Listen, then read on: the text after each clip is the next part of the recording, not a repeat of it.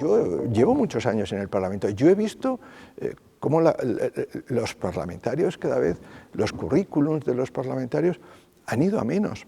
O sea, era más importante haber ido un día a 3 tertulias de televisión que el haber elaborado en el Parlamento, ya tener experiencia de elaboración de leyes o tener un cierto currículum profesional, hasta tal punto que creo que en el Parlamento hemos perdido muchos profesionales que al llegar al propio Parlamento y ver el entorno en el que se movían, en el que era más importante el minuto de insultos o de descalificaciones del control que el elaborar unas leyes, pues la gente ha desistido y yo creo que el Parlamento ha perdido calidad a lo largo de los años.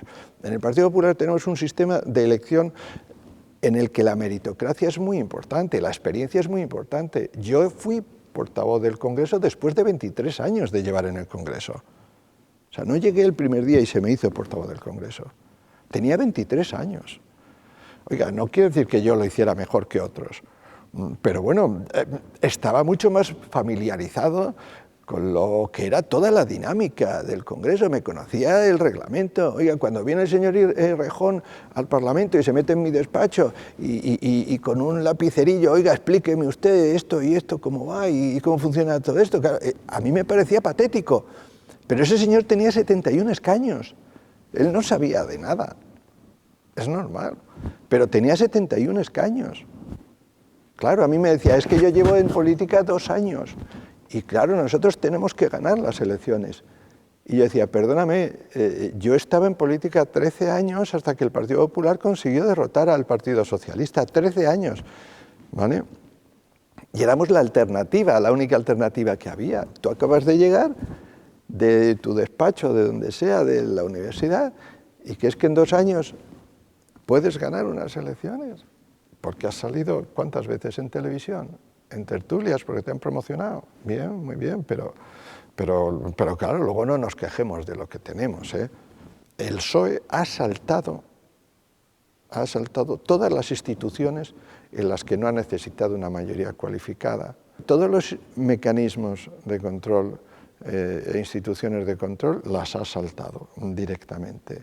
Y el Consejo General del Poder Judicial no, porque no ha podido, aunque ha hecho algo peor, que ha sido bloquear el Consejo. Por cierto, un Consejo que fue elegido con los votos del Partido Socialista.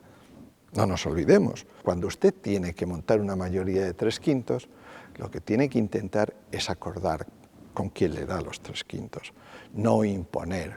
Claro, cuando al principio estuvimos a punto de cerrar un acuerdo y entre los candidatos que impuso el Partido Socialista era un señor que había arbitrado ilegalmente, desde mi punto de vista, una sentencia que implicó y derivó en una moción de censura contra el Partido Popular, usted no puede imponer a ese juez, que además el propio Tribunal Supremo ha revocado su decisión como candidato al Consejo General del Poder Judicial. Es una bofetada en la cara del otro. Vamos a cambiar las reglas de juego, espero que consigamos cambiarlas antes y podamos llegar a un acuerdo con el Partido Socialista y con el señor Sánchez, sin necesidad de que haya que esperar 1 año y medio a que haya elecciones. Yo confío en eso, que podamos realizar un acuerdo que consiste en una renovación, pero que consiste también en un cambio de las reglas para adaptarlo a la normativa europea y dar mayor independencia al Poder Judicial